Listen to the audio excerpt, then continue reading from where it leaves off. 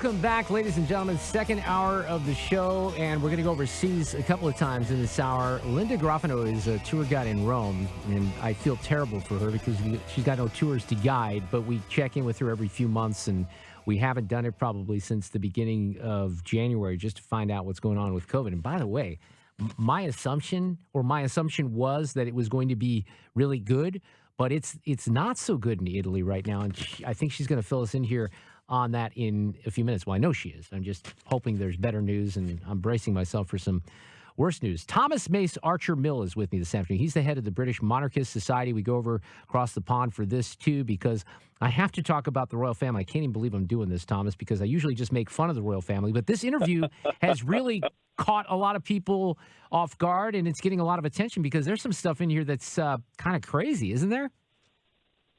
It's absolutely fantastic what's been going on. And, we do like to poke fun, but this situation is not anything to take lightly or to poke fun at.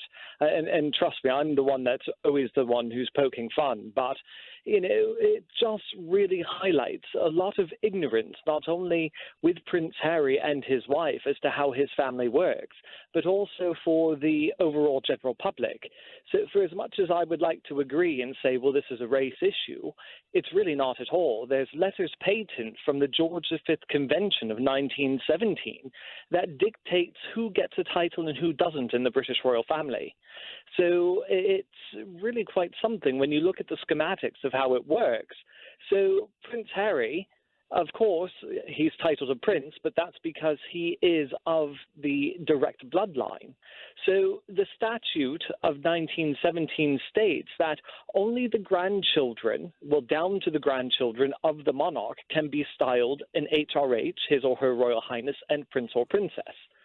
So it's really funny to see this narrative being pushed because as soon as Prince Charles becomes king, Archie can be titled a Royal Highness and Prince. So it's really funny to see what's happening here. Well, shouldn't that have been something though that Prince Harry and Meghan would have corrected? Is that so? It sounds to me like they're responsible for some of the misinformation, or not?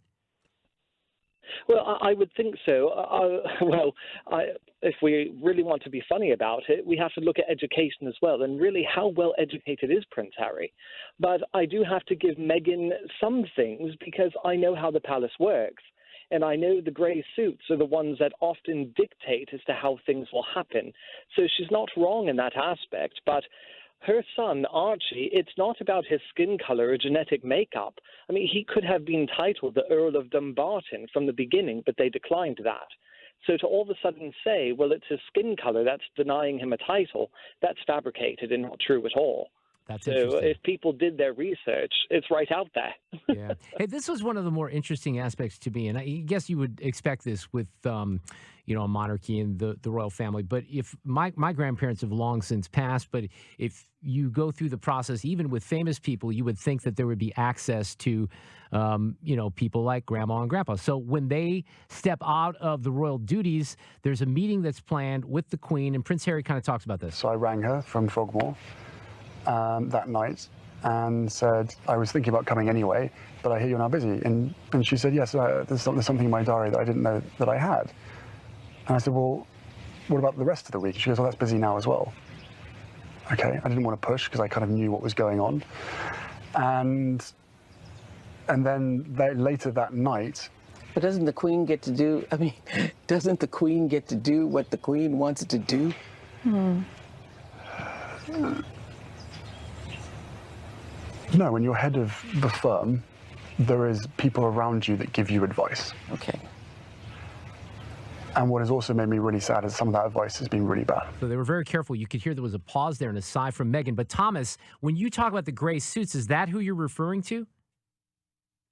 The grey suits, yes, they're the ones that actually dictate how the palace runs and operates.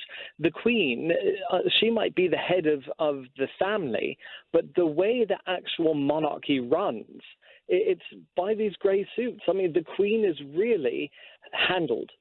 Every minute of her day is planned out, whether she wants it or not. The same with every member of the royal family.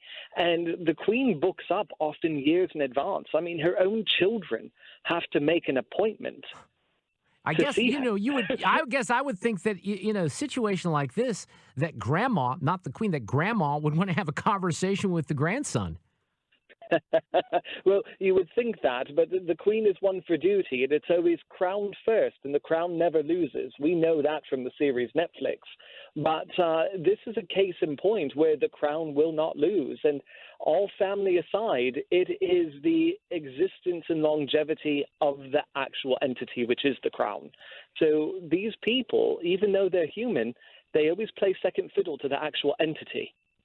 So what is the relationship like then? Because the other thing that was mentioned here was Kate, and I guess there was a back and forth on whether or not Meghan made Kate cry or vice versa. And that seems like it's a relationship just between two brothers that's a little frayed right now, too. Or is that just my imagination? Oh, no. It's definitely frayed. But you know what? I'm sorry. I like to eat. You're sending me flowers to say sorry? I hope it's an edible arrangement. Because, flowers are just going to die. But we do have a problem. And the media pushes, oh, well, the new girl made the Duchess of Cambridge cry. And now we find out, no, this is something that's been going on. And Meghan says, look, she apologized. She owned it. She sent flowers. I'm happy with that. Well, she couldn't have been too happy with it if she's actually throwing the Duchess of Cambridge under the bus now.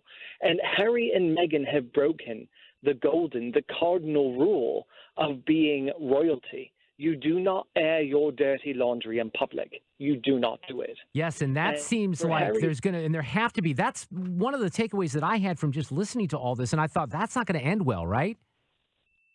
No, but you have to look at the contradictions in their fight as well. Them saying, look, we were cut off. We didn't have money. We have to take these jobs. But then Harry turns around and says, well, we would have been destitute if it wasn't for the money that my mother left me, which we know is tens of millions of pounds.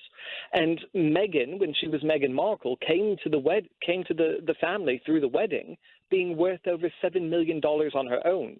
So this couple's not hurting for money. Yeah. Well, the victimhood is not playing. Yeah, that's one thing that's not playing too well here in this country, as you might imagine. This is fascinating, though. Again, I admit it, Thomas, and you know that we make fun of the the royalty a lot. But when I started listening to, and I didn't watch the whole interview, but I was listening to some of the sound bites, I thought, wow, it's pretty interesting. So there's a reason it's getting a lot of attention from the Oprah interview. Love to have you back sometime, Thomas. Thank you so much for making some time for us this afternoon. Hey, by the way, before I let you go, on a scale of 1 to 10, 10 being the best situation for the UK, what would you rank the COVID situation in England right now?